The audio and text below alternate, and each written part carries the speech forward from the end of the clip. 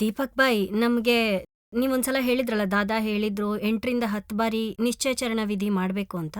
ಇದ್ರ ಬಗ್ಗೆ ಎಲ್ಲ ಅಡ್ಗೆ ಮನೆಯಲ್ಲಿ ಮಾತುಕತೆ ನಡೀತಾನೆ ಇತ್ತು. ಅದು ನಾವು ಒಂದ್ ಬಾರಿ ನಿಶ್ಚಯಚರಣ ವಿಧಿನ ಮನೇಲಿ ತಪ್ಪದೆ ಮಾಡ್ತೀವಿ. ಮತ್ತೆ ಇಲ್ಲಿ ಎಲ್ರೂ ಒಟ್ಟಿಗೆ ಸೇರಿದ್ಮೇಲೆ ಬೇರೇನೂ ಮಾತಾಡೋದಿಲ್ಲ. ಇಲ್ಲಿಯೂ ಸೇರ್ಕೊಂಡ್ ಮಾಡ್ಬಹುದೇ ಕೆಲ್ಸ ಏನು? ಮಾಡ್ತಾ? ಯಾವ ವಿಧಿ? ಅದೇ ನಿಶ್ಚಯಚರಣ ವಿಧಿನ ನಾವ್ ಇಲ್ಲ ಮಾಡ್ಬೋದಾ? ಇಲ್ಲ ಕೆಲಸ ಮಾಡ್ತಾ ಹೇಳೋದಲ್ಲ, ಆಗೋಲ್ವಾ? ಆಗೋದಿಲ್ಲ.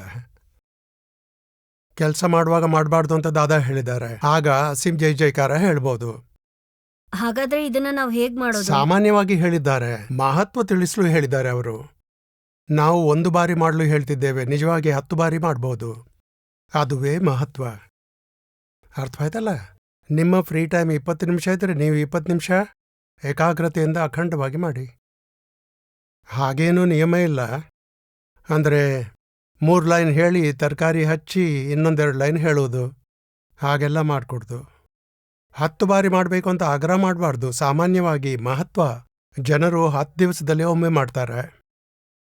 ಅಂಥವರಿಗಾಗಿ ಹೇಳಿರುವ ಮಾತು, ದಿನದಲ್ಲಿ 10 ಬಾರಿ ಮಾಡ್ತಾರೆ ಅವರು.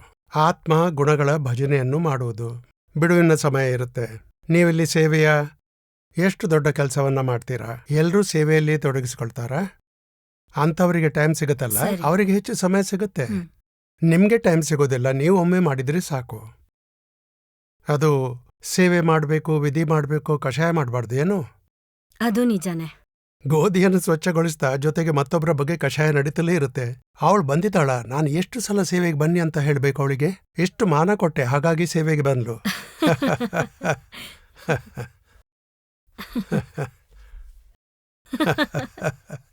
ಈ ಕಷಾಯ ಮಾಡಿಕೊಡ್ದು, ವಿಧಿ ಮಾಡಿ, ಅಸೀಂ ಜೈ ಜೈಕಾರ ಹೇಳಿ, ದಾದಾ ಭಗವಾನ್ರದ್ದು ಮತ್ತು ಸಿಮಂದರ್ ಸ್ವಾಮಿಯ ನಮಸ್ಕಾರ ಹೇಳಿ, ಇದನ್ನ ಎಕ್ಸ್ಟ್ರಾ ಹೇಳ್ತಾರೆ. ಎಕ್ಸ್ಟ್ರಾ ತಟ್ಟೆ ಮುಂದೆ ಕೂತು ಊಟ ಮಾಡಿದ್ರೇನೆ ಅದನ್ನು ಊಟ ಅಂತ ಹೇಳಲಾಗತ್ತೆ. ಬಾಯಿಗೆ ಎಸೋದನ್ನು ಊಟ ಅನ್ನಲಾಗೋದಿಲ್ಲ. ಎಕ್ಸ್ಟ್ರಾ ಐಟಮ್ ಮಾಡಿಯಲ್ಲ ನೀವು. ಅನಂತ ಜ್ಞಾನವನ್ನು 50 ಸಲ ಹೇಳ್ಕೊಳ್ಬಹುದು. ಅಂದ್ರೆ ಎಲ್ರೂ ಒಟ್ಟಿಗೆ ಹೇಳ್ಕೋಬೋದಾ? ಯಾಕೆಂದ್ರೆ ಕೆಲ್ಸದ ಸಮಯದಲ್ಲಿ ದಾದಾ ಅವ್ರ ಪುಸ್ತಕನ ಓದೋದ್ ಬಿಟ್ಟು ಬೇರೇನೂ ಮಾಡಕ್ಕಾಗಲ್ಲ. ಸೇವೆಲಿರೋ ಮಹಿಳೆಯರಿಗೆ ಹೀಗನ್ನಿಸ್ತು. ಹಾ, ಅದನ್ ಬಿಟ್ಟು ಬೇರೆ ವಿಚಾರ ಮಾಡಿಯಲ್ಲ. ಮತ್ತೆ ಇವೆಲ್ಲವನ್ನ ಪಕ್ಕಕ್ಕೆ ಇಡ್ಬೇಕು, ಇದಕ್ಕೆ ಗಮನ ಕೊಡ್ಬೇಕು. ಮತ್ತೆ ಈ ವಿಧಿಯೆಲ್ಲ ದಾದಾ ಅವ್ರದ್ದು ಅಗ್ಗದ ವಿಚಾರವಲ್ಲ. ಇವೆಲ್ಲವನ್ನು ಮಾಡೋದು, ವಿಧಿ ಮಾಡೋದು. ಈ ನಮಸ್ಕಾರ ವಿಧಿ ಮತ್ತೆಲ್ಲ ವಿಧಿಗಳನ್ನ ಮಾಡ್ಬೋದಲ್ವಾ? ಹಾ, ಅಂಥದ್ದು ಏನಾದರೂ ಮಾಡ್ಬೋದು. ನಾವು ಕಲ್ಮೋ ಹೇಳಿಕೊಳ್ಬೋದು. ನಿಜವಾಗಿ ನಾವು ಎಲ್ಲಾ ವಿಧಿಗಳನ್ನ ಏಕಾಗ್ರತೆಯಿಂದ ಮಾಡಬೇಕು. ಸುಮ್ಮನೆ ಹೀಗೆ ಮೆಕ್ಯಾನಿಕ್ ಎಲ್ಲ ಮಾಡ್ತಾರೆ. ದೀಪಕ್ ಬಾಯ್ ಹೇಳಿದ್ದಾರೆ, ತರಕಾರಿ ಕಟ್ ಮಾಡುವಾಗ ನಮಸ್ಕಾರ ವಿಧಿ ಹೇಳಬೇಕು ಅಂತ. ಮುಗೀತು, ಮತ್ತೆ ಸಿದ್ಧಾಂತ. ತರಕಾರಿ ಕಟ್ ಮಾಡ್ತಾ ಮಾಡ್ತಾ ವಿಧಿಯನ್ನ ಹೇಳುವಾಗ 7 ಬಾರಿ ಹೇಳ್ತಾರೋ 3 ಬಾರಿ ಹೇಳ್ತಾರೋ ಅಂತಾರೆ, ನಮ್ಮ ವಿಧಿ ಮುಗೀತು ಅಂತ. ಸಿಮಂದರ್ ಸ್ವಾಮಿ ಕಾಣಿಸ್ತಿಲ್ಲ, ನಮಸ್ಕಾರ ಮಾಡ್ತಾ ಇಲ್ಲ, ತರಕಾರಿ ಕಟ್ ಆಗಿದೆಯಲ್ಲೋ ಗೊತ್ತಾಗಲ್ಲ. ಅದಕ್ಕಿಂತ ಅಸೀಂ ಜೈ ಜೈಕಾರ ಹೇಳ್ಕೊಂಡ್ರೆ ಸಾಕು. ನಿಜಕ್ಕೂ ಈ ಕೆಲಸ ಮಾಡ್ತಾ ಇರುವಾಗ ಏನೆಲ್ಲ ಕಷಾಯಗಳು ಉಂಟಾಗುತ್ತವೆ, ನಿಮ್ಮೊಳಗೆ ಪ್ರತಿಕ್ರಮಣ ಮಾಡಿ. ಈ ಕಷಾಯಗಳು ನಮಗೆ ದಣಿ ಉಂಟು ಮಾಡುತ್ತೆ. ಅದು ಡಿಸ್ಚಾರ್ಜ್ ಆದ್ರೆ ನಿಜ ಆಗಿದೆ. ಬುದ್ಧಿ ಸೇರ್ಕೊಂಡ್ರೆ ತುಂಬಾ ಗೊಂದಲ ಆಗ್ಬಿಡತ್ತೆ. ನಿಮ್ ಬುದ್ಧಿಯ ಬಗ್ಗೆ ಒಂದೆರಡು ಸ್ಯಾಂಪಲ್ ಹೇಳಿ. ಹೇಳ ಹೇಳಿ. ಯಾಕಂದ್ರೆ ನಿಮ್ಮಂಥ ವಿಚಾರಗಳು ನನ್ನ ಹತ್ರ ಹಲವಾರು ಬರುತ್ತವೆ, ದಿನಾಲು ಬರುತ್ತಾ ಇರುತ್ತವೆ. ಎಲ್ಲಾ ಬುದ್ಧಿಯ ಹಸ್ತಕ್ಷೇಪ. ಬುದ್ಧಿಗೆ ಸೊಲ್ಯೂಷನ್ ಏನೆಂದು ಕಂಡ್ಕೊಂಡ್ರೆ ಮನುಷ್ಯರು ಕಲ್ಯಾಣವಾಗ್ಬಿಡತ್ತೆ. ಹೇಳಿಬಿಡಿ. ಹೇ ದಾದಾ ಭಗವಾನ್, ಬುದ್ಧಿ ಹೇಗಿದೆಯೋ ಹಾಗೆ ತೆರೆದಿಡ್ಲು ಪರಮಶಕ್ತಿ ನೀಡಿ. ಹೇ ದಾದಾ ಭಗವಾನ್, ಇದು ನನ್ನ ಬುದ್ಧಿಯೆಲ್ಲ ವಸುವಿಂದಾಗಿದೆ, ನನ್ನ ಮಾತು ಕೇಳುವುದಿಲ್ಲ, ಎಂಥ ತಪ್ಪು ಮಾಡದಂತೆ ನನಗೆ ಶಕ್ತಿ ನೀಡಿ. ಅದೇನಂದ್ರೆ ಅವರೆಲ್ಲರೂ ಔರಂಗಾಬಾದ್ಗೆ ಸತ್ಸಂಗಕ್ಕೆ ಹೊರಟಿದ್ರು. ಯಾರೆಲ್ಲ ಹೊರಟಿದ್ರು? ಅದೇ ಸಿಮಂದರ್ ಸಿಟಿಯಲ್ಲಿ ನಾವ್ ಹಾ. ಯಾರನ್ನೆಲ್ಲ ಆಯ್ಕೆ ಮಾಡಿದ್ವೋ ಅವರು ಆಯ್ಕೆ ಮಾಡಿದ್ರು. ಯಾರು ಸೇವೆ ಮಾಡ್ತಿದ್ರು ಅವ್ರು. Selection Sorry ಮಾಡ್ಲಾಗಿತ್ತು. ದೀಪಕ್ ಬಾಯ್, ತಪ್ಪಾಗಿ ಪರವಾಗಿಲ್ಲ, ನಿಧಾನವಾಗಿ ಹೇಳಿ, ಹೆದರ್ಕೋಬೇಡಿ. ಆಮೇಲೆ ಏನಾಯ್ತು? ಜನರನ್ನ ಆಯ್ಕೆ ಮಾಡಿದ್ಯಾರು? ಅದು ಆಪ್ತಪುತ್ರ ಪಿಯೂಷ್ ಭಾಯ್ ಇರಬೇಕು. ಹಾ, ಪಿಯೂಷ್ ಭಾಯ್ ಇರಬಹುದು, ಆದ್ರೆ ಹಾ. ಗೊತ್ತಿಲ್ಲ. ತೊಂದ್ರೆ ಇಲ್ಲ, ನೀವು ಟ್ರಬಲ್ ತಗೋ ನಾನು- ಅವಶ್ಯಕತೆ ಇಲ್ಲ. ಪಿಯೂಷ್ ಬಗ್ಗೆ ಮಾತಾಡೋದು ನಮ್ಗೆ ಏನಾಗಬೇಕು? ಅವ್ರ ಬಳಿಗೆ ಹೋಗಿ ನಂತರ ವಸು ಕ್ಷಮೆ ಕೇಳಿದ್ಲು ದೀಪಕ್ ಭಾಯ್. ಆಮೇಲೆ ಏನಾಯ್ತು? ಆಮೇಲೆ ನನಗ್ ಗೊತ್ತಾಯ್ತು ಕೆಲವರು ಅಡ್ಗೆ ಮನೆಯಲ್ಲಿ ಸೇವೆಯಲ್ಲಿ ಇರೋರು ಹೋಗ್ತಿದ್ದಾರೆ ಅಂತ. ಆಗ ನನಗೇನು ಅನ್ನಿಸ್ಲಿಲ್ಲ. ನಂತ್ರ ಬೇರೆ ಹೆಸರುಗಳನ್ನು ಕೇಳ್ದೆ. ಅಂದ್ರೆ ಇಬ್ರು ಹೆಸರನ್ ಕೇಳುವಾಗ ಅನ್ನಿಸ್ತು ಅವ್ರ ಸೇವೆಗ್ ಬರೋದ್ ಕಾಣ್ಸೋದೇ ಇಲ್ಲ. ಇವ್ರೆಲ್ಲ ಒಳಗೇನಾದ್ರೂ ಸೇವೆಲ್ ಇದ್ದಾರೋ ಇಲ್ವೋ ಗೊತ್ತಿಲ್ಲ. ಆದ್ರೆ ಈ ವಸು ಎಷ್ಟೊಂದ್ ವರ್ಷಗಳಿಂದ ಇದ್ರಲ್ಲೇ ಕೆಲ್ಸ ಮಾಡ್ಕೊಂಡು ಸೇವೆ ಮಾಡ್ತಿದ್ದಾಳೆ. ಅವಳ ಹೆಸ್ರು ಯಾಕಿಲ್ಲ? ಅದ್ ಗೊತ್ತಾದ್ಮೇಲೆ ತುಂಬಾ ಸಂಕಟ ಆಯ್ತು. ಎಷ್ಟು ಸಂಕಟ ಆಯ್ತು ಅಂದ್ರೆ ಬೇರೆ ಏನೂ ಆಗ್ಲಿಲ್ಲ, ದೋಷಿ ಹಾಗ್ ಕಾಣಿಸ್ಲಿಲ್ಲ, ಅವ್ರ ತಪ್ಪು ಅಂತ ನನಗನ್ನಿಸ್ಲಿಲ್ಲ. ಅವ್ರಿಗ್ ಹೋಗೋಕ್ ಸಿಕ್ಕಿರೋದು ಅವ್ರ ಅದೃಷ್ಟ. ಆದ್ರೆ ಸೂಕ್ಷ್ಮದಲ್ಲಿ ಸಂಕಟ ಆಯ್ತು. ಅವ್ರು ಎಲ್ಲರ ಹೆಸರನ್ನ ಸೇರಿಸ್ಕೊಂಡಿದ್ದಾರೆ, ಆದ್ರೆ ವಸು ಹೆಸರನ್ನ ಮಾತ್ರ ಸೇರಿಸ್ಕೊಂಡಿಲ್ಲ. ವಸುಗ್ ಅನ್ಯಾಯ ಮಾಡಿದ್ದಾರೆ ಅಲ್ವಾ? ಬಹಳ ಅನ್ಯಾಯ, ಬಹಳ ಅನ್ಯಾಯ ಅಷ್ಟೇ. ಈ ಮಾತು ಕಂಟಿನ್ಯೂಸ್ ಆಗಿ ಎಷ್ಟು ನಡೀತಾನೆ ದಿವಸ ಇತ್ತು. ನಡೆಯಿತು ಇದು? ಯಾವಾಗಿನ ಅದು ಮಾತು? 8-10 ದಿನಗಳ ಹಿಂದೆ. ಆ. 10 ದಿನಕ್ಕೆ ಮೊದಲು. 15 15 ದಿನಕ್ಕೆ ದಿನ. ಮೊದಲು. ಹಾ. 4 ದಿನಗಳಿಂದ ಹಾ. ಶಾಂತಿ ಉಂಟಾಗಿದೆ. ಇಲ್ಲ, ತಕ್ಷಣ ಸೊಲ್ಯೂಷನ್ ಸಿಕ್ತು. 1.5 ದಿವಸ ಕಳವಳ ಆಯ್ತು. 1.5 ದಿವಸ. ಹೌದು, 1.5 ದಿವಸ ಆಗಿತ್ತು. 1.5 ದಿವಸ ಅಂದ್ರೆ ಎಷ್ಟು ಗಂಟೆ ಆಗತ್ತೆ? ಅದು 24, 12, 36. 36 ಗಂಟೆಗಳು. 36 ಗುಣಿಸ 60. ಹಾ. ಆಮೇಲೆ ಆಮೇಲೆ? ಕಳವಳ ಉಂಟಾಯ್ತು. ಅದು ಹಾಗಾಗ್ತಿತ್ತು. ರಾತ್ರಿ ನಿದ್ದೆ ಬರ್ತಾ ಇತ್ತಾ? ಆ? ರಾತ್ರಿ ನಿದ್ದೆ ಮಾಡ್ತಾ ಇಲ್ಲ ಇದ್ದೀರಾ? ಇಲ್ಲ, ರಾತ್ರಿ ನಿದ್ದೆ ಅಂತೂ ಬಂತು, ಆದ್ರೂ ತುಂಬಾ ಸಂಕಟ ಆಗ್ತಿತ್ತು ದೀಪಕ್ ಭಾಯ್. ಅದೇ ವಸುವಿಂದ ಬೇರ್ಪಟ್ಟಿರೋದಕ್ ಪ್ರಯತ್ನ ಪಟ್ಟೆ. ಇದು ತುಂಬಾ ಅನ್ಯಾಯ. ನೀವು 200 ಮಂದಿಯನ್ನ ಕರ್ಕೊಂಡು ಹೋಗಿದ್ದಾರೆ, ಅದರಿಂದ ಸಂತೋಷ ಆಗಿಲ್ವಾ? ಆ? ಜನರನ್ನ ನೀವು ಹಾ. ಕರ್ಕೊಂಡು ಹೋಗಿದ್ದೀರಾ, ಸ್ಪೆಷಲ್ ಜನರಿಗೆ ಸತ್ಸಂಗದ ಲಾಭ ಆಗ್ತಿದೆ, ಅದರಿಂದ ನಿಮ್ಗೆ ಆನಂದ ಆಗಿಲ್ವಾ? ಇಲ್ಲ, ಅವ್ರಿಗ್ ಸಿಕ್ತಿದೆ ಅಂತ ಆನಂದವಾಗಿತ್ತು. ಆನಂದ ಆಯ್ತು, ಆದ್ರೆ ವಸುಗ್ ಸಿಗ್ಲಿಲ್ವಲ್ಲ ಅಂತ ಸಂಕಟನೂ ಆಯ್ತು. ವಸುಗೆ ಸಿಗ್ಲಿಲ್ಲ ಹಾ, ಅಂತ ಅವಳಿಗ್ ಸಂಕಟ ಆಗಿತ್ತು. ಸಿಗ್ಲಿಲ್ವಲ್ಲ ಅಂತ ಬೇಜಾರು. ನೀವು ಅಮೆರಿಕ ಹೋದಾಗ ಆಗ ಉಂಟಾಗ್ಲಿಲ್ವಾ?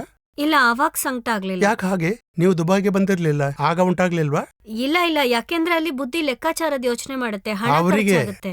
ಅಲ್ಲಿ ಅಷ್ಟೊಂದ್ ಖರ್ಚು ಮಾಡೋ ಬದಲು ಸಿಮಂದರ್ ಸ್ವಾಮಿ ಸೇವೆ ಮಾಡ್ಬೋದಲ್ಲ. ಓಹೋ, ಬುದ್ಧಿ ಹಾಗಾಗಿ ಆ ರೀತಿ ಕೆಲ್ಸ ಮಾಡ್ತಿತ್ತು ದೀಪಕ್ ಭಾಯ್.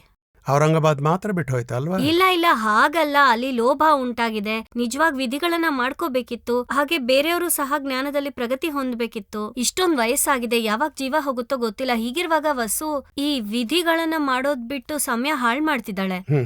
ಅದ್ರ ಜೊತೆಗೆ ಈ ಮೂರನ್ನ ಕರ್ಕೊಂಡು ಹೋಗಿದ್ದಾರೆ, ನನ್ನನ್ ಬಿಟ್ಟು ಹೋಗಿದ್ದಾರೆ. ಹಾ, ಅದು ಇತ್ತು. ಅದರಿಂದ ಹೆಚ್ಚು ಹಾ, ದುಃಖವಾಗಿದೆ. ಅದ್ರಿಂದಾನೇ ದುಃಖ ಉಂಟಾಗಿತ್ತು. ಅದು ವಸುಗ್ ನನ್ಗಿಂತ ದುಃಖ ನನ್ಗಿಂತ ಆಗಿತ್ತಲ್ಲ. ಕಡಿಮೆ ಸೇವೆ ಮಾಡುವವರು ಎಲ್ಲಾ ಸತ್ಸಂಗಗಳ ಲಾಭ ಪಡಿತಾ ಇದ್ದಾರೆ, ನನ್ನ ಕರ್ಕೊಂಡು ಹೋಗ್ಲಿಲ್ಲ. ಹಾ, ಹೀಗೆ ಕಳವಳ ಪ್ರಾರಂಭ ಆಯ್ತು. ನಂತರ ಚಂದ್ರಿಕಾ ಬೆನ್ಗೆ ಹೇಳ್ದೆ, ಆಮೇಲೆ ಪಾಲ್ಗುಣಿ ಬೆನ್ನಿಗೆ ಹೇಳ್ದೆ. ಅವರಿಗೂ ಅವ್ರೇನಂದ್ರು, ಕಳವಳ ಉಂಟಾಯ್ತಾ? ಇಲ್ಲ, ಅವ್ರಿಗೆ ಯಾಕಾಗತ್ತೆ? ಯಾರ್ ಮಂಡಿ ತನಕ ನೀರ್ ಬಂದಿರುತ್ತೋ ಅವ್ರಿಗಲ್ವಾ ಆಗೋದು ದೀಪಕ್ ಭಾಯ್. ಅವ್ರಿಗೂ ಅನ್ನಿಸಿರ್ಬೇಕು ನೀವು ಹೇಳುವುದು ನಿಜ.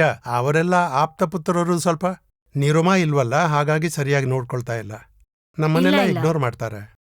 ಅವರದ್ದೇ, ಅವರಿಗೆ ಯಾರು ಇಷ್ಟವಾಗ್ತಾರೆ ಅವ್ರನ್ನ ಕರ್ಕೊಂಡು ಹೋಗ್ತಾರೆ, ನಮ್ಮಂತವ್ರನ್ನ ಬಿಟ್ಟು ಹೋಗ್ತಾರೆ. ನನ್ಗೂ ಹಾಗೆ ಅನ್ನಿಸ್ತು. ಹೀಗೆ ಒಬ್ರಿಬ್ರು ಸೇರ್ಕೊಳ್ತಾರೆ. ಇಲ್ಲ, ಅವ್ರೇನು ಹಾಗ್ ಮಾತಾಡ್ಲಿಲ್ಲ. ಮಾತಾಡ್ಲಿಲ್ಲ. ಇಲ್ಲ, ಅವ್ರೊಬ್ರಿಗ್ ಮಾತ್ರ ಹೇಳಿದ್ದೆ. ನಂತರ ಭಾರತಿ ಬೇನ್ ಜೊತೆ ಮಾತಾಡಿದ್ದೆ. ಓ, ಅವ್ರು ನನಗ್ ಸೊಲ್ಯೂಷನ್ ಭಾರತಿ ಕೊಟ್ರು. ಬೆನ್ ನಿಮಗೆ ಕೊಟ್ರ? ಹಾ, ಎಲ್ಲ ಹೇಳಿದ್ರು. ಒಳಗಿನ ಪ್ರಜ್ಞೆ ನಿಮ್ಗೆ ನೀಡ್ಲಿಲ್ಲ? ಇಲ್ಲ, ಭಾರತಿ ಒಳಗಿಂದ ಸೊಲ್ಯೂಷನ್ ಸಿಗ್ಲಿಲ್ಲ. ಬುದ್ಧಿವಂತರು ನಿಮ್ಗೆ ಹಾಗಲ್ಲ, ಅಲ್ಲಿ solution ಬೇರ್ಪಟ್ಟು ಕೊಡ್ಬೇಕಾಯ್ತು. ಸಮಯಕ್ ಮಾಡಿದ್ರು. ಅನ್ಯಾಯ ಆಗಿದೆ ಅಂತ ಅನ್ನಿಸ್ತಿತ್ತು. ಜ್ಞಾನ ಅಳವಡಿಸ್ಕೊಳ್ಳೋದಕ್ಕೆ ಎಷ್ಟು ಪ್ರಯತ್ನಿಸಿದ್ರು ನಾನ್ ಸ್ಟಾಪ್ ಪದೇ ಸಮಯಕ್ಕಲ್ಲಿ ಕೂತ್ಕೋತಾ ಇದ್ದೆ. ಆದ್ರೆ ಬುದ್ಧಿ ಭಯಂಕರವಾಗಿ ಎಗರಾಡ್ತಿತ್ತು. ಅದ್ ಕೇಳಿಸ್ಕೊಳಕ್ ತಯಾರೇ ಇರ್ಲಿಲ್ಲ. ಪ್ರಜ್ಞಾ ಕೇಳ್ತಾನೆ ಇರ್ಲಿಲ್ಲ. ಇದ್ ಅನ್ಯಾಯ ಇದೊಂದೇ ಮಾತಾಡ್ತಾ ಇತ್ತು. ಆಮೇಲೆ ನಾನ್ ವಿಚಾರ ಮಾಡ್ದೆ ಗೊತ್ತಾ ದೀಪಕ್ ಭಾಯ್, ನಾನು ತುಂಬಿದ್ ಸಭೆಯಲ್ಲಿ ಇದಕ್ ಸೊಲ್ಯೂಷನ್ ಕೇಳ್ತೀನಿ. ಇಷ್ಟು ವರ್ಷಗಳಾಗಿವೆ, ನಿಮ್ಗೂ ಗೊತ್ತಿದೆ, ನಾನು ಅದ್ರಲ್ಲೇ ಇದ್ದೀನಿ. ನನ್ಗೆ ಅಂದ್ರೆ ಸೇವೆಯಲ್ಲಿದ್ದೀನಿ ಅಂತ. ಯಾರು ಹೇಳಿದ್ರು? ನೀವು ಸೇವ್ ಮಾಡೋದು ನಿಮ್ಗೆ ಗೊತ್ತು. ಹಾ, ಅಂದ್ರೆ ನಿಮ್ಮೆಲ್ರ ಜೊತೆನೇ ಇದ್ದೀನಿ. ವಸು ಕೂಡ ತನ್ನ ಕಾಯ ವಾಚ ಮನ್ಸನ್ನ ಸೇವೆಗಾಗೆ ಮೀಸಲಿಟ್ಟಿದ್ದಾಳೆ ದೀಪಕ್ ಭಾಯ್. ನಿಜವಾಗ್ಲೂ ನಮ್ ದಾದಾ ಇದ್ದಾರೆ, ನೀವಿದ್ದೀರಾ, ಎಲ್ರೂ ಇದ್ದಾರೆ. ಆದ್ರೆ ವಸು ಸೇವೆ ಬಗ್ಗೆ ಆಲಸ್ಯ ತೋರ್ಸಿಲ್ಲ. ನಿಮಗ್ ವಿಶ್ವಾಸದಿಂದ 100% ಹೇಳ್ತೀನಿ. ವಸು ವಿಶ್ವಾಸದಿಂದ ಹೇಳ್ತಾಳೆ, ಅವಳು ಎಲ್ಲೂ ಆಲಸ್ಯ ತೋರ್ಸಿಲ್ಲ. ಹೀಗಿರುವಾಗ ನನ್ಗೊಂದು ಅನುಮಾನ ಏನಂದ್ರೆ, ಅವ್ರು ಯಾಕೆ ಅನ್ಯಾಯ ಮಾಡಿದ್ದಾರೆ, ಅದಕ್ ನನಗ್ ಸೊಲ್ಯೂಷನ್ ಬೇಕು. ಅದೇ ವಿಷಯ, ಅದೇ ಬುದ್ಧಿ ಪಟ್ಟು ಹಿಡ್ದಿದೆ. ನೀನ್ ದೀಪಕ್ ಭಾಯ್ ಹತ್ರ ಹೋಗೋ ಸೊಲ್ಯೂಷನ್ ಸಿಗುತ್ತೆ. ಹಾಗೆ ಹೇಳುತ್ತಾ ಮತ್ತೇನ್ ಸೊಲ್ಯೂಷನ್ ಕೊಡೋದು? ನಿಮ್ಗೇನ್ ಸೊಲ್ಯೂಷನ್ ಬೇಕು? ಹಾಗಲ್ಲ, ಅದೇನ್ ಈ ಹೇಳ್ತಿದ್ದೀನಿ ಅಂದ್ರೆ, ಬುದ್ಧಿ ಹೇಗೆ ಗಲಾಟೆ ಮಾಡುತ್ತೆ ಅನ್ನೋದನ್ನ ನೋಡ್ಬೇಕು. ನೋಡಿದ್ನಲ್ಲ. ಆಮೇಲೆ ಒಂದಿನ ಬೆಳಗಿನ ಸಮಯದಲ್ಲಿ ನಾನು ನಮ್ಮ ಪಾಲ್ಗುಣಿ ಬೆನ್ ಹತ್ರ ಹೋದಾಗ ಅವರು, ವಸುಬೇನ್ ನೀವ್ ಹೀಗ್ ಮಾಡಿ, ನಮ್ಮ 5 ಆಜ್ಞೆನ ಬಿಟ್ಟು ಬೇರೇನೂ ಮಾಡ್ಬೇಡಿ, ಬೇರೆ ಯಾವ್ದ್ರಲ್ಲೂ ಬೀಳ್ಬೇಡಿ ಅಂತ. ನಂಗೂ ಹಾಗೆ ಅನ್ನಿಸ್ತು. ಎಲ್ಲದ್ರಿಂದ ವಿಡ್ರಾ ಮಾಡ್ಕೊಂಡು ಶುದ್ಧಾತ್ಮದಲ್ಲೇ ಇದ್ಬಿಡೋಣ ಅನ್ನಿಸ್ತು. ಆಗ ಮತ್ತೆ ಹೇಳಿದ್ರು, ನಿಮ್ಗೇನ್ ಕೇವಲ ಆಶೀರ್ವಾದ ಬೇಕು ಅಷ್ಟೇ ತಾನೆ? ಹಾಗಿದ್ಮೇಲೆ ಆ ವಿಚಾರನ ನನಗಾಗ್ಲಿ ಚಂದ್ರಿಕಾ ಬೇನ್ಗಾಗ್ಲಿ ಅಥವಾ ಬೇರೆ ಯಾರಿಗೂ ಅದನ್ನ ಹೇಳ್ದೆ ನೇರವಾಗಿ ದೀಪಕ್ ಭಾಯ್ ಹತ್ರ ಹೋಗಿ ಸೊಲ್ಯೂಷನ್ ಕೇಳಿದ್ರೆ ಆಯ್ತು. ನಿಮಗೇನೆ ಅವರಿಂದ ವಿಶೇಷವಾದ ಕೃಪೆ ಸಿಗ್ತಾ ಇತ್ತು. ಆದ್ರೆ ನೀವೇ ಹೇಳಿದ್ರಲ್ಲ, ನಿಮ್ಗೆ ಸಿಗ್ಬೇಕಾದ ಕೃಪೆ ಮೈನಸ್ ಆಗೋಯ್ತು. ಅದೆಷ್ಟೇ ಸಣ್ಣ ವಿಚಾರ ಆಗಿದ್ರು ದೀಪಕ್ ಭಾಯ್ ಗೊತ್ತಾಗ್ದೇ ಇರುತ್ತಾ? ಅವ್ರಿಗ್ ಎಲ್ಲ ವಿಷಯನೂ ಗೊತ್ತಾಗುತ್ತೆ.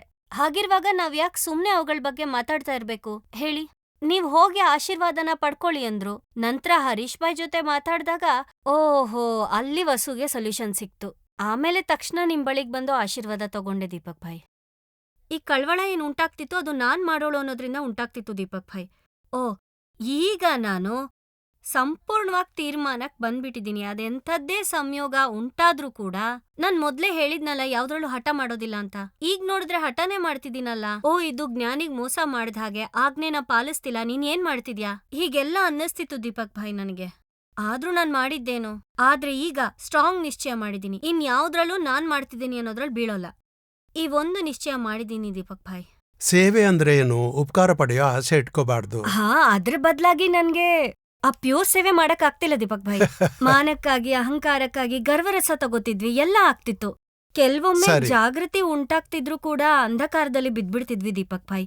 ಎಲ್ಲ ತುಂಬಾ ಚೆನ್ನಾಗ್ ಅರ್ಥ ಅಲ್ಲಿ ಆಗ್ತಿತ್ತು. ಬುದ್ಧಿ. ಹಾಗೆಲ್ಲ ಮಾಡ್ಬಾರ್ದು, ಅವುಗಳಲ್ಲೆಲ್ಲ ಬೀಳ್ಬಾರ್ದು ಅಂತ ಇಲ್ಲ. ಆದ್ರೂ ಈ ಸ್ತ್ರೀ ಪ್ರಕೃತಿ ಇದೆಯಲ್ಲ ದೀಪಕ್ ಭಾಯ್, ಇದೇ ನಮಗ್ ತುಂಬಾ ತೊಂದ್ರೆ ಮಾಡ್ತಿರೋದು.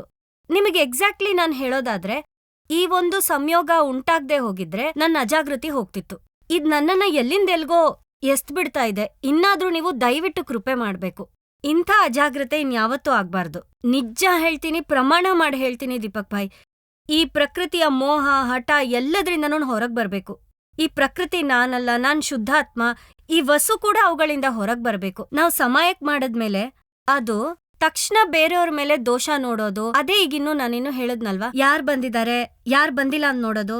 ಈ ದೋಷದಿಂದ ಬಹಳಷ್ಟು ಹೊರಗ್ ಬಂದಿದ್ದೀನಿ ದೀಪಕ್ ಭಾಯ್. ತುಂಬಾ ಅವ್ರು ಯಾಕ್ ಒಳ್ಳೆದು. ಬಂದಿಲ್ಲ, ಯಾಕ್ ಸೇವೆಗ್ ಬರ್ತಿಲ್ಲ ಅಂತ ಅನ್ನಿಸ್ದಾಗೆಲ್ಲ ಜ್ಞಾನದ ತಿಳುವಳಿಕೆಯಿಂದ ಅದ್ನೆಲ್ಲ ನೋಡ್ದಾಗ್ಲೇ ಅರಿವಿಗ್ ಬಂತು. ಅಂಥ ಸಂದಿಗ್ಧ ಸಂಯೋಗ ಉಂಟಾದ್ರಿಂದ ಸೇವೆಗ್ ಬರೋದಕ್ ಆಗ್ತಿಲ್ವೇನೋ. ಹಾಗಿರುವಾಗ ಯಾವ ಆಧಾರದ ಮೇಲೆ ಅವ್ರ ದೋಷಿಗಳು? ಯಾರ್ ದೋಷನೂ ನೋಡ್ಬಾರ್ದು. ಯಾರ್ ದೋಷ ನೋಡ್ತಾರೋ ಅವರೇ ದೋಷಿಗಳಾಗಿರ್ತಾರೆ. ಈ ರೀತಿ ಸ್ಟ್ರಾಂಗ್ ನಿಶ್ಚಯಕ್ ಬಂದಿದ್ದೀನಿ. ಈಗ ನಿಮ್ ಮುಂದೆನೆ ಪಿಯೂಷ್ ಭಾಯ್ ಬಳಿ ಕ್ಷಮೆ ಕೇಳ್ತೀನಿ. ಯಾವಾಗ್ಲೂ ಪಿಯೂಷ್ ಭಾಯ್ ಅನ್ಯಾಯ ಮಾಡಿದ್ದಾರೆ ಅಂತ ಬರ್ತಿತ್ತು. ಅದು ನನಗ್ ಗೊತ್ತಿದೆ. ಅಲ್ಲಿ 3-4 ಜನರ ಕಮಿಟಿ ಇರುತ್ತೆ, ಒಬ್ರೇ ಸೆಲೆಕ್ಟ್ ಮಾಡಲ್ಲ. ಆದ್ರೆ ನನ್ ದೃಷ್ಟಿಲಿ ಪಿಯೂಷ್ ಭಾಯ್ ಅಂತಾನೆ ಅನ್ಸುತ್ತೆ. ನಮ್ಗೆ ಬೇಕಾದ ಹಾಗೆ ಮಾಡಕ್ ಆಗಲ್ವಲ್ಲ? ಇಲ್ಲ ಆಗೋದಿಲ್ಲ. ಬೇರೆಯವರಿಗೆ ಮಾಡಕ್ ಆಗತ್ತೆ ಅಲ್ವಾ? ಇಲ್ಲ, ಯಾರಿಂದನೂ ಸಾಧ್ಯ ಇಲ್ಲ. 3 ಜನರು ಇರುವಾಗ ಹಾಗೆ ಮಾಡಬಹುದಲ್ವಾ? ಎವಿಡೆನ್ಸ್ ಸ್ವತಃ ಯಾರ್ದು ಅಲ್ಲ. ವ್ಯವಸ್ಥಿತ. ಎಲ್ಲವೂ ವ್ಯವಸ್ಥಿತದ ಅಲ್ಲಿ ಲೆಕ್ಕಾಚಾರ. ವ್ಯವಸ್ಥಿತ ಆಜ್ಞೆನ ಪಾಲಿಸ್ತೆ ತಪ್ಪು ಮಾಡ್ದೆ. ಇಲ್ಲಿ ತಪ್ಪೆಲ್ಲೇ ಆಗುತ್ತೆ ಅಂದ್ರೆ ಯಾವಾಗ ಕಂಪ್ಯಾರಿಸನ್ ಉಂಟಾಗುತ್ತಲ್ವಾ? ಅವರನ್ನ ಕರ್ಕೊಂಡು ಹೋಗಿದ್ದಾರೆ, ನನ್ನನ್ನಲ್ಲ. ಅವ್ರಿಗೆ ಸಿಕ್ಕಿದೆ, ನನ್ಗೆ ಸಿಕ್ಕಿಲ್ಲ. ಹಾಗಲ್ಲ ನಾನ್ ಹೇಳೋದು, ಬೇರೆಯವ್ರ ಜೊತೆ ಅಡ್ಗೆ ಮನೇಲಿ ವಸು ಕೂಡ ಇದ್ಲು ತಾನೆ. ಹಾಗಿರುವಾಗ ವಸುನ ಯಾಕ್ ಬಿಟ್ಬಿಟ್ರು ಅಂತ ದೀಪಕ್ ಭಾಯ್. ಹಾ, ನಾನ್ ನಿಮ್ಗೆ ಏನು ಕೇಳುದಂದ್ರೆ, ಯಾವ ಶಿಬಿರಕ್ಕೆ ಗೈರು ಹಾಜರಾಗಿದ್ರಿ? ಇಲ್ಲ, ಯಾವ ಶಿಬಿರನೂ ಪಾರಾಯಣ ತಪ್ಪಿ ತಪ್ಪಿಲ್ಲ. ಹೋಗಿದೆ? ಒಂದೂ ಯಾವ ಇಲ್ಲ. ಮಾರ್ನಿಂಗ್ ಸತ್ಸಂಗ ತಪ್ಪಿ ಹೋಗಿದೆ? ಇಲ್ಲ, ಯಾವ್ದೂ ತಪ್ಪಿಲ್ಲ. ಮತ್ತೆ ಯಾರಿಗೆ ಏನೂ ದೊರೆತಿಲ್ಲ ಅಂಥವ್ರಿಗಾಗಿ ನಮ್ಮಲ್ಲಿ ನೊಬಿಲಿಟಿ ಇರ್ಬೇಕಲ್ವೇ? ಅದು ಅದ್ರ ಬಗ್ಗೆನೇ ಮಾತಾಡ್ತಿದ್ದೀನಿ. ಸಂಕುಚಿತ ಭಾವ. ನನ್ಗೆ ಸಿಗ್ಬೇಕು, ಅವರಿಗೆ ಸಿಕ್ಕಿದೆ, ನನ್ಗೆ ಯಾಕೆ ಸಿಕ್ಕಿಲ್ಲ ಅಂತ ಕೇಳೋದು. ತುಂಬಾ ವರ್ಷಗಳಿಂದ ಸ್ತ್ರೀಯರಲ್ಲಿ ಈ ಗಲಾಟೆ ನಡೀತಾ ಇರುತ್ತೆ. ಎಷ್ಟು ಆಳವಾದ ಜ್ಞಾನ, ಸೂಕ್ಷ್ಮತರ್ ಮತ್ತೆ ಸೂಕ್ಷ್ಮತಮ್ ನಮ್ಮನ್ನ ಬೇರ್ಪಟ್ಟಿರ್ಸುತ್ತೆ. ಹೀಗೆ ಹೇಳ್ಕೊಂಡಿರ್ತಾರೆ. ಸ್ವಲ್ಪ ಬುದ್ಧಿ ಮೇಲೆದ್ರೆ ಓವರ್ಕಮ್ ಆಗೋದು ಸಾಧ್ಯವಾಗೋದಿಲ್ಲ. ಸಣ್ಣ ಸಣ್ಣ ಅನಾವಶ್ಯಕವಾದ ವಿಚಾರಗಳು. ಹೌದು, ಅನಾವಶ್ಯಕ ವಿಚಾರಗಳೇ. ಕೆಲವೊಂದು ಬಾರಿ ನಿಮ್ಗೆ ಎಷ್ಟು ಚಾನ್ಸ್ ಸಿಕ್ಕಿದೆ, ಬೇರೆಯವರಿಗೆ ಅದು ಸಿಕ್ಕೇ ಇಲ್ಲ. ಆವಾಗ ಯಾಕೆ ಹೇಳುವುದಿಲ್ಲ, ಅವ್ರು ಬಿಟ್ಟು ಹೋಗಿದ್ದಾರೆ, ಅವ್ರಿಗೆ ಕೊಡಿ, ನನ್ನ ಬಿಟ್ಟರೆ ಚಿಂತಿಲ್ಲ. ಇಲ್ಲ. ಅವರಿಗೆ ಸಿಕ್ಕಿದೆ, ನಮ್ಗೆ ಸಿಕ್ಕಿಲ್ಲ. ಇಷ್ಟು ದುಃಖವಾಗುತ್ತೆ. ವಿಜ್ಞಾನವನ್ನೇ ತೆಗೆದು ಹೊರಗೆ ಬಿಸಾಡ್ತೀರಾ. ಜ್ಞಾನಿಯ ದೋಷವನ್ನು ನೋಡ್ಲು ಶುರು ಮಾಡ್ತೀರಾ. ಮಹಾತ್ಮರ ಆಪ್ತಪುತ್ರರ ದೋಷ ನೋಡ್ತೀರಾ. ಎಷ್ಟು ಸ್ತ್ರೀಯರಲ್ಲಿ ಗಲಾಟೆ ನಡೆಯುತ್ತೆ. ಇಂಥ ವಿಷಯಗಳು ಎಲ್ಲ ನನ್ನ ಹತ್ರ ಬರ್ತಾ ಇದೆ ಈಗ. ಗಂಗಾ ನದಿಯ ನೀರು ಸಮುದ್ರಕ್ಕೆ ಬರುವಂತೆ. ನಿಮ್ಗೂ ಹೌದು, ಹಾಗೆ ಈಗ ಅನ್ಸುತ್ತಾ? ಅನ್ಸುತ್ತೆ ಎಲ್ರಿಗೂ ಸಿಗ್ಲಿ, ಎಲ್ರಿಗೂ ಪ್ರಾಪ್ತಿ ಆಗ್ಲಿ ಅಂತ. ಹಾ, ಹಾ. ಜ್ಞಾನದ ತಿಳುವಳಿಕೆ ಕಡಿಮೆ ಆಗಿತ್ತು ಅನ್ಸುತ್ತೆ. ಇನ್ನೂ ಸರಿಯಾದ ರೀತಿಯಲ್ಲಿ ಜ್ಞಾನದಲ್ಲಿ ಮುಂದುವರಿಬೇಕು ದೀಪಕ್ ಭಾಯ್. ನೀವ್ ದಯವಿಟ್ಟು ಆಶೀರ್ವಾದ ಮಾಡಿ ಅಷ್ಟೇ. ನನ್ಗಿನ್ನೇನೂ ಬೇಕಿಲ್ಲ. ನಾವು ಪದೇ ನನಗ್ ಪದೇ ರಾಗ ಬಿಟ್ಟು ಹೇಳ್ತೇವಲ್ಲ, ಇನ್ನೇನೂ ಬೇಕಿಲ್ಲ. ಪದೇ ಹೇಳ್ತೇವೆ ನಾವು. ಆರತಿ ಮಾಡುವಾಗ ನೀವು ಮಾಡಿ, ನೀವು ಕೂಡ ಮಾಡಿ ಅಂತ ವ್ಯವಸ್ಥಿತ ಹೇಳುತ್ತೆ. ನೀನೂ ಮಾಡು. ಸತ್ಸಂಗದಲ್ಲಿ ಪಾಲ್ಗೊಳ್ಳಿ, ಅದರ ಲಾಭ ಪಡೀರಿ. ನಾನ್ ಜೀವನ ಪೂರ್ತಿ ಹಾಗೆ ಮಾಡ್ತಿದ್ದೆ. ನನ್ ಜೊತೆ ಇದ್ದವರಿಗೆ, ದಾದಾವ್ರ ಸತ್ಸಂಗಕ್ಕೆ ಹೋಗು, ನಾನ್ ಡಬಲ್ ಕೆಲಸ ಮಾಡ್ತಾ, ನೀನ್ ಹೋಗು. ವ್ಯವಸ್ಥಿತ ಏನು ಹೇಳುತ್ತೆ, ನೀನ್ ಸತ್ಸಂಗಕ್ಕೆ ಹೋಗು, ನಾನ್ ಕೆಲಸ ಮಾಡ್ತೀನಿ ಅಂತ. ನಾನು ಹೋಗಿ ನಿಮ್ಮನ್ನು ಹೋಗ್ಲು ಬಿಡ್ದಿದ್ರೆ ವ್ಯವಸ್ಥಿತ ಹೇಳುತ್ತೆ, ನಾನೇ ಮೊದಲು ಹೋಗ್ತೇನೆ, ನಿನ್ನ ಹೋಗ್ಲು ಬಿಡೋದಿಲ್ಲ ನಾನು.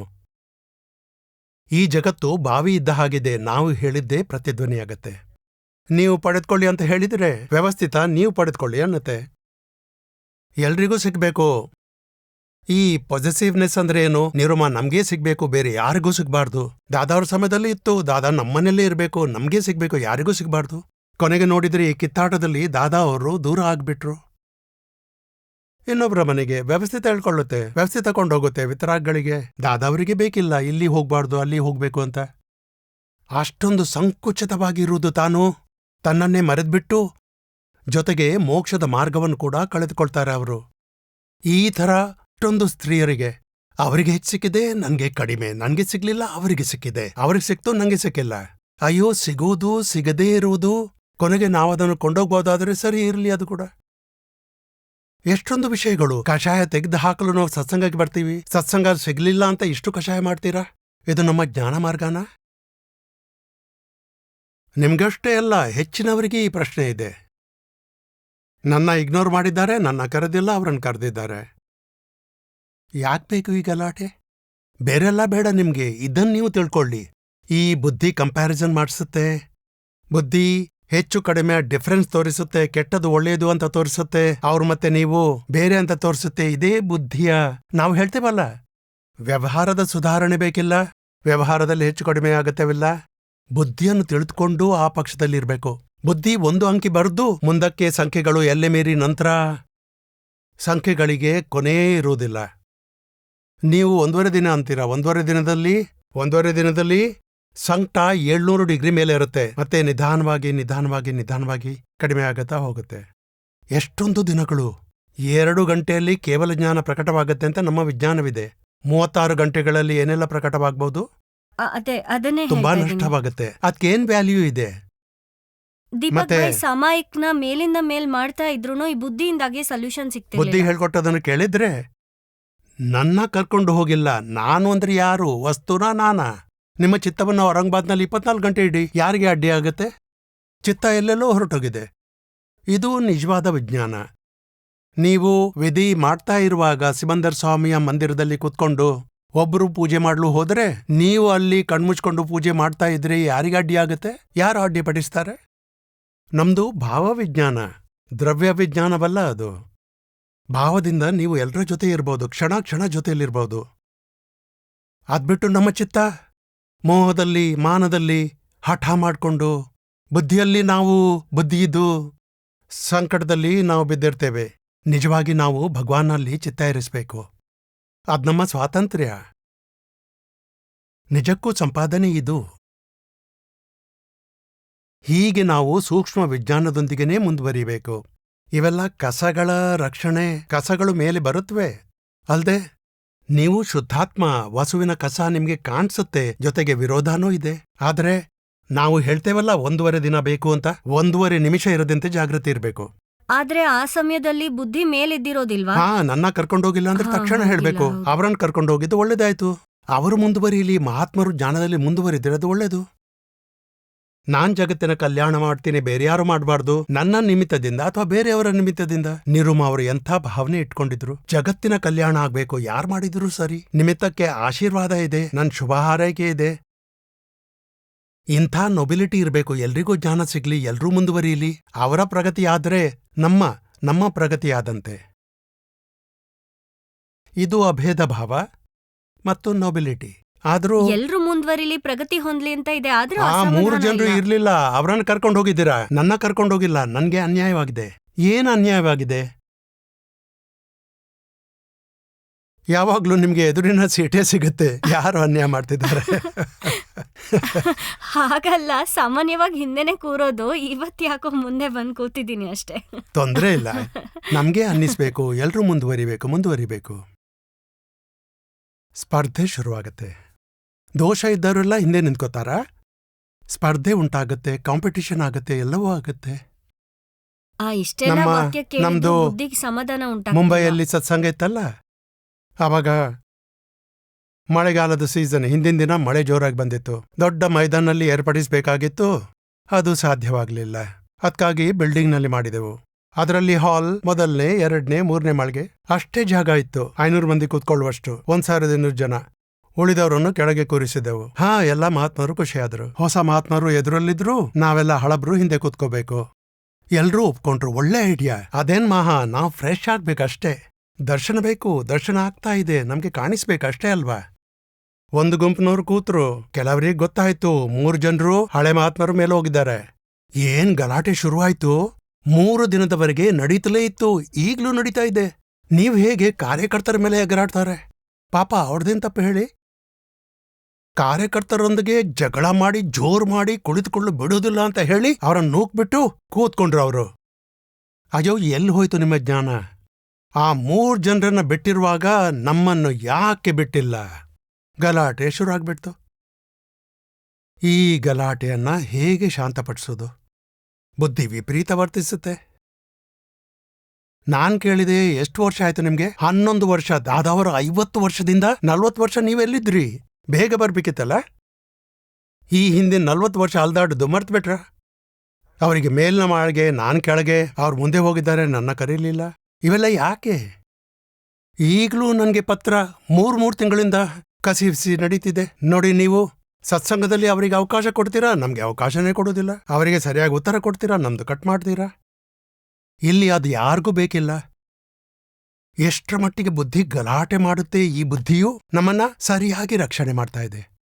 ಬುದ್ಧಿಯನ್ನು ಕಿತ್ತು ಬಿಸಾಕ್ಬೇಕಾ? ಅದೇ ಬುದ್ಧಿಗೆ ನೀರುಣಿಸಿ ಬೆಳೆಸ್ಬೇಕಾ ನಾವು? 3 ತಿಂಗಳಾದರೂ ಹೊರಗೆ ಬರುವುದಿಲ್ಲ. ಕೆಲವರಂತೂ 25 ವರ್ಷಗಳ ಹಿಂದಿನ ನನ್ನ ಅತ್ತೆ, ನನ್ನ ಹಸ್ಬೆಂಡ್ನ ಎದುರಿಗೆ, ಎಲ್ರ ಎದುರಿಗೆ ನನ್ನ ಬಗ್ಗೆ ಕೆಟ್ಟದಾಗಿ ಹೇಳಿದ್ರು. ಈಗ್ಲೂ ನನ್ಗೆ ಅದನ್ನ ಮರೆಯಲಾಗ್ತಿಲ್ಲ. ಫ್ರೆಶ್ ಆಗಿದೆ. ಹಿಂದಿನ ದುಃಖದ ಬಗ್ಗೆನೇ ಪದೇ ಪದೇ ನೆನಪಿಸಿಕೊಳ್ತಾರೆ. ಮೋಕ್ಷಕ್ಕೆ ಹೋಗ್ಬೇಕೋ ನೋಡ್ಬೇಕೋ, ನನ್ನ ನಾದಿನಿಗೆ ಹೊಗಳ್ತಾರೆ, ನನ್ನ ಬಗ್ಗೆ ಕೆಟ್ಟದಾಗಿ ಮಾತಾಡ್ತಾರೆ. ಇಂಥ ಬುದ್ಧಿ ನಮ್ಮನ್ನು ದುಃಖದಲ್ಲಿ ಮುಳುಗಿಸಿ ಎಷ್ಟೊಂದೆಲ್ಲ ದೋಷ, ಬೇರೆಯವರ ದೋಷ ನೋಡಿ. ಇದೆಲ್ಲ ಯಾಕಾಗತ್ತೆ? ಬೇರೆಯವರು ಹಾಗೆ ಮಾಡಿದ್ರು. ನೀವು ವ್ಯವಸ್ಥಿತದ ವಿರುದ್ಧವಾಗಿ ಹೋಗ್ತೀರಾ, ತಪ್ಪು ಹೇಳ್ತೀರಾ. ದಾದಾವರನ್ನು ತಪ್ಪು ಹೇಳ್ತೀರಾ, ಸಿಮಂದರ್ ಸ್ವಾಮಿ ತಪ್ಪಂತೀರಾ. ಜ್ಞಾನದ ವಿರಾಧನೆ ಮಾಡಿದ ಹಾಗೆ. ಒಂದ್ ದೋಷ ನೋಡಿದ್ರು ಜ್ಞಾನದ ಬಗ್ಗೆ ಎಷ್ಟು ದೊಡ್ಡ ಆರೋಪ. ಅಂದ್ರೆ ಅವರ ದುಃಖ, ಅವರ ಅಹಂಕಾರ, ಸುಮ್ಮನೆ ಸಂಕಟ ಉಂಟಾಗತ್ತೆ. ಅವರನ್ನು ಕರ್ಕೊಂಡೋಗಿದ್ದಾರೆ, ನಿಮ್ಮನ್ನು ಕರ್ಕೊಂಡೋಗಿಲ್ಲ. ಯಾಕೆ ಸಂಕಟ? ಒಂದೊಂದು ಅಜ್ಞಾನದ ವಾಕ್ಯ ಜ್ಞಾನದ ವಿರಾಧನೆ ಮಾಡಿದ ಹಾಗೆ. ಅವರು ಹೀಗೇನೆ ಪಿಯೂಷ್ ಬಾಯಿಗೆ ನಾನು ಹೇಳಿದ್ದು, ನೀವು ದೀಪಕ್ ಬಾಯಿಗೆ ವಿರೋಧಿಸಿ. ದೀಪಕ್ ಬಾಯಿಗೆ ಮೇಲಿಂದ ಬಂದಿದೆ. ಮೇಲ್ನವರಿಗೆ ವಿರೋಧಿಸಿ. ಎಲ್ಲಿವರೆಗೆ ವಿರೋಧಿಸ್ತೀರಾ? ನಾವು ಎಷ್ಟೊಂದು ದೊಡ್ಡ ತಪ್ಪು ಮಾಡ್ತೀವಿ. ಯಾವ ಅಜ್ಞಾನಿಯ ದೋಷ ನೋಡ್ಬಾರ್ದು, ಮಹಾತ್ಮರದ್ದು ನೋಡುದು ಸರಿನಾ? ಮತ್ತೆ ಏನಂದ್ರೆ, ಎಷ್ಟೋ ವರ್ಷಗಳಿಂದ ಸೇವಾರ್ಥಿಗಳಿಗೆ ಇಂಥ ಚಾನ್ಸೇ ಸಿಕ್ಕಿಲ್ಲ. ಒಂದು ವ್ಯವಸ್ಥೆಯನ್ನು ಮಾಡಿರುವಾಗ ನಾವು ಖುಷಿ ಪಡಬೇಕು. ಇಲ್ಲ, ಎಷ್ಟು ಒಳ್ಳೆ ಕೆಲಸ ಮಾಡಿದ್ದಾರೆ ಅವರು ಅಂತ. ಈ ಸೇವಾರ್ಥಿಗಳು ನಮ್ಗೆ ಸಂತೋಷವಾಗುವಂತ ಕೆಲಸ ಮಾಡಿದ್ದಾರೆ. ಆಪ್ತಪುತ್ರರು ಎಷ್ಟೊಂದು ಕಾಳಜಿ ವಹಿಸ್ಕೊಂಡು ಸೇವಾರ್ಥಿಗಳಿಗೆ, ಅವರಿಗೆ ಸ್ಪೆಷಲ್ ವ್ಯವಸ್ಥೆಯನ್ನು ಮಾಡಿ ಅವರಿಗೆಲ್ಲ ಸಂತೋಷವಾಗುವಂತೆ ಮಾಡಿದ್ದಾರೆ. ಅವರಿಗೆಲ್ಲ ಇನ್ನೊಮ್ಮೆ ಸೇವೆ ಮಾಡುವ ಆನಂದ ಆಗುತ್ತೆ. ಮತ್ತೆ ಇಡೀ ವರ್ಷ ಸೇವೆ ಮಾಡಿದ್ರೆ ಯಾವಾಗ್ಲಾದ್ರೂ ಜ್ಞಾನದ ಲಾಭ ಸಿಗುತ್ತೆ. ನಿಜ ಅಂದ್ರೆ ಆನಂದ ಆಗ್ಬೇಕು. ಕಾರ್ಯಕರ್ತರ ಮೇಲೆ ಆರೋಪಣೆ ಮಾಡಿದ್ರೆ ಅವರ ಸ್ಫೂರ್ತಿ ಮುರಿದೋಗುತ್ತೆ. ನೀವು 3 ಸಿಕ್ಕಿದ್ದು ತುಂಬಾ ಒಳ್ಳೇದಾಯ್ತು. ನೆಗೆಟಿವ್ ಜನ ಸಿಕ್ಕಿದ್ದಿದ್ರೆ ಏನಾಗ್ತಿತ್ತು? ಅಗ್ನಿಗೆ ತುಪ್ಪ ಸುರಿಬೇಡಿ. ಏನೇನೋ ಹೇಳ್ತಾ ಇದ್ರು, ಅವರೆಲ್ಲ ಹಾಗೆ, ಇವ್ರು ಹೀಗೆ. ಯಾಕೆ ಹೀಗ್ ಮಾಡ್ಬೇಕು? ಇಲ್ಲಿ ಯಾರೂ ಹಾಗೆ ಮಾಡಲ್ಲ. ಮಾಲೀಕರೂ ಇಲ್ಲ, ಕರ್ತಾನೂ ಇಲ್ಲ. ಇಷ್ಟು ದೊಡ್ಡ ಮಂದಿರದಲ್ಲಿ ಯಾರು ಮಾಲೀಕರು? ಎಲ್ರಿಗೆ ಅನ್ಸುತ್ತೆ ಇದು ನಮ್ದು ಹೇಳಿ. ಸ್ವಾಮಿನಾರಾಯಣ ಧರ್ಮದವರು, ಜೈನರು, ವೈಷ್ಣವರು ಬರ್ತಾರೆ. ಶಿವಧರ್ಮದವರು ಜನ್ಮಾಷ್ಟಮಿ, ಗಣೇಶ ಚತುರ್ಥಿ, ಶಿವ ಜಯಂತಿ. ಎಲ್ರಿಗೂ ಅನ್ಸುತ್ತೆ ಇದು ನಮ್ಮ ಮಂದಿರ, ನಮ್ ದೇವಾಲಯ. ಯಾರೊಬ್ರದ್ದು ಅಲ್ಲ, ಹಾಗಾಗಿ ನಿಮ್ದೇ ಅನ್ಸುತ್ತೆ. ನಾವು ಮಾಲೀಕ ಅಂತ ಹೇಳ್ಬಿಟ್ರೆ ಎಲ್ರೂ ಹೊರಟೋಗ್ಬಿಡ್ತಾರೆ. ಇಲ್ಲಿ ಮಜಾ ಇಲ್ಲ ಅಂತಾರೆ. ಇದ್ ನಮ್ಮ ಮಾಲೀಕರಿಲ್ಲದ ಸಂಘ. ಮಾಲೀಕತ್ವ ಇಲ್ಲ ಅಂದ್ರೇನು? ಎಲ್ರೂ ಸೆಲ್ಫ್ ಡಿಸಿಪ್ಲಿನ್ ಅವರು, ಜಾಗೃತವಾಗಿದ್ದಾರೆ, ತಮ್ಮ ದೋಷ ತೆಗ್ದಾಕ್ತಾರೆ. ಮಾಲೀಕತ್ವ ಯಾಕೆ? ದಾದಾವರು ಅಷ್ಟು ದೊಡ್ಡ ಜ್ಞಾನಿ. ಅವರ ವಾಣಿ ಮೇಲೆ ನಾನು ಮಾಲೀಕ ಅಂತ ಹೇಳಲಿಲ್ಲ. ದೇಹದ ಮೇಲೆ ಮಾಲೀಕತ್ವ ಇಲ್ಲ.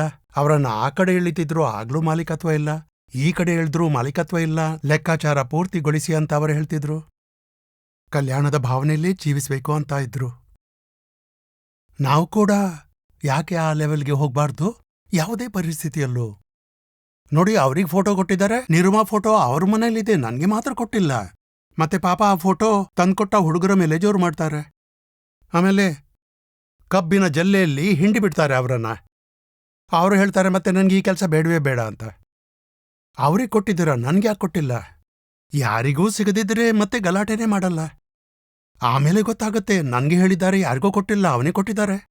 ಅಯ್ಯೋ, ನಾನ್ ಕೊಟ್ಟಿಲ್ಲ, ಸ್ವತಃ ಕಂಪ್ಯೂಟರ್ನಿಂದ ಅವ್ರು ತೆಗೆದುಕೊಂಡು ಬಂದಿದ್ದಾರೆ. ಸುಮ್ನೆ ಜನರ ಮೇಲೆ ಆರೋಪ ಹೊರಿಸ್ತಾರೆ. ಆ ಫೋಟೋದವರು ಹಾಗೇನೆ. ಆಮೇಲೆ ಬುದ್ಧಿ, ಇವರಿಗೆ ಸಲಹೆ ಕೊಟ್ಟಿದ್ಯಾರು? ಡಿಂಪಲ್ ಬಾಯಿ ಹೇಳಿದ್ದು ಅಂತಾರೆ. ಆಮೇಲೆ ಅವನ ಮೇಲೆ ಗುಂಡು ಹಾರಿಸ್ತಾರೆ. ಅಯ್ಯೋ, ಯಾಕೆ ಬೇಕು ಇದೆಲ್ಲ? ಯಾವುದೇ ಸಂಬಳವಿಲ್ಲ, ಮಾನನೂ ಸಿಗೋದಿಲ್ಲ. ಎಷ್ಟೊಂದು ಮಹಾತ್ಮರು ಆರೋಪ ಮಾಡ್ತಾ ಇರ್ಬೋದು. ಆಮೇಲೆ ಅವರನ್ನು ಜೋರು ಮಾಡ್ತಾರೆ. ಅವ್ರು ಏನ್ ಮಾಡ್ಬೇಕು? ಎಲ್ಲ ಆಪ್ತಪುತ್ರರು, ಆಪ್ತಕುಮಾರರು, ಎಲ್ಲ ಸೇವಾರ್ಥಿಗಳು ನೀರುಮಾ ಹೇಳಿದಂತೆ ಸೇವೆ ಮಾಡ್ತಿದ್ದಾರೆ. ನೀರುಮಾ ಅವರಿಗೆ ಖುಷಿ ಆಗುತ್ತೆ, ಅವ್ರು ಹೇಳಿದಂತೆ ಮಾಡ್ತೇವೆ. ಮತ್ತೆ ಎಲ್ಲಾ ಸೇವೆಗಳು, ಅದಲ್ಲದೆ ಇಷ್ಟೆಲ್ಲ ಸತ್ಸಂಗಗಳು. ಇಷ್ಟು ಸತ್ಸಂಗ ಸಿಗಬೇಕೆಂದ್ರೆ ಅವರ ಸೇವೆಯಿಂದಾಗಿಯೇ ನಮ್ಗೆ ಸಿಕ್ಕಿದೆ. ನಮ್ಮ ಊಟದ ವ್ಯವಸ್ಥೆ ಮತ್ತೆಲ್ಲ ವ್ಯವಸ್ಥೆಗಳು ಅವನ್ನು ಮಾಡ್ಲಿಕ್ಕಾಗಿ ಇವರು ಎಷ್ಟು ಕಷ್ಟಪಟ್ಟಿರ್ಬೇಕು ಹೇಳಿ. ಮತ್ತೆ ಭೋಗಿಸೋದು, ಅವರನ್ನ ಗೌರವಿಸ್ಬೇಕು, ನೀವು ಅವರನ್ನ ಹೊಗಳ್ಬೇಕು, ಭಾವನೆ ಇರಬೇಕು. ಎಷ್ಟು ಚೆನ್ನಾಗಿ ಮಹಾತ್ಮರನ್ನು ನೋಡ್ಕೊಂಡಿದ್ದಾರೆ. ಅವರೆಲ್ಲರೂ ನೀರುಮಾ ಹೇಳಿದಕ್ಕೆ ಮಾಡ್ತಾರೆ, ದಾದಾವರಿಗಾಗಿ ಮಾಡ್ತಾರೆ. ನಮ್ಮ ದಾದಾರಿಗೆ, ದಾದಾವರ ಮಹಾತ್ಮರಿಗೆ, ನಿರುಮಾ ಅವರ ಮಹಾತ್ಮರಿಗೆ ಎಲ್ಲಿ ನಮ್ಮ ಮುಖ ನೋಡ್ತಾರೆ? ವಸುಬೇನ್ಗೆ ನಾವು ಹೆಲ್ಪ್ ಮಾಡಬೇಕು. ನೀವು ದಾದಾವರ ಜ್ಞಾನ ತಗೊಂಡಿದ್ದಾರೆ, ಅದಕ್ಕೆ ಹೆಲ್ಪ್ ಮಾಡ್ತಿದ್ದಾರೆ. ನೀವು ದಾದಾವರ ಮಹಾತ್ಮ, ಅದಕ್ಕಾಗಿ ಹೆಲ್ಪ್ ಮಾಡ್ತಿದ್ದೀವಿ. ಮತ್ತೆ ಈ ಹೆಲ್ಪ್ ಬಗ್ಗೆ ನಾವು ಎಷ್ಟೊಂದು ಗೌರವನ ಇಡಬೇಕು. ಇವರೆಷ್ಟು ಒಳ್ಳೆಯವರು ಅಂತ ನೀವು ಅವರಿಗೆ ಹೇಳಬೇಕು. ಎಷ್ಟು ವರ್ಷದಿಂದ ಮಾಡ್ತಿದ್ದೀರಾ? ನಮ್ಗೆ ಚಾನ್ಸ್ ಕೊಡಿ, ನಿಮ್ಗೆ ಯಾಕೆ ಹೊರೆ? ಎಲ್ಲ ನಾವು ನೋಡ್ಕೋತೀವಿ. ಇಲ್ಲಿ ಇಂತಹ ಭಾವನೆನೇ ದೊಡ್ಡದು. ಮಾಡಿ ಇಲ್ಲ ಬಿಡಿ, ಅದು ಸೆಕೆಂಡ್ರಿ ವಿಚಾರ. ನಮ್ಮಲ್ಲಿ ಉಚ್ಚ ಭಾವನೆ ಇರಬೇಕು.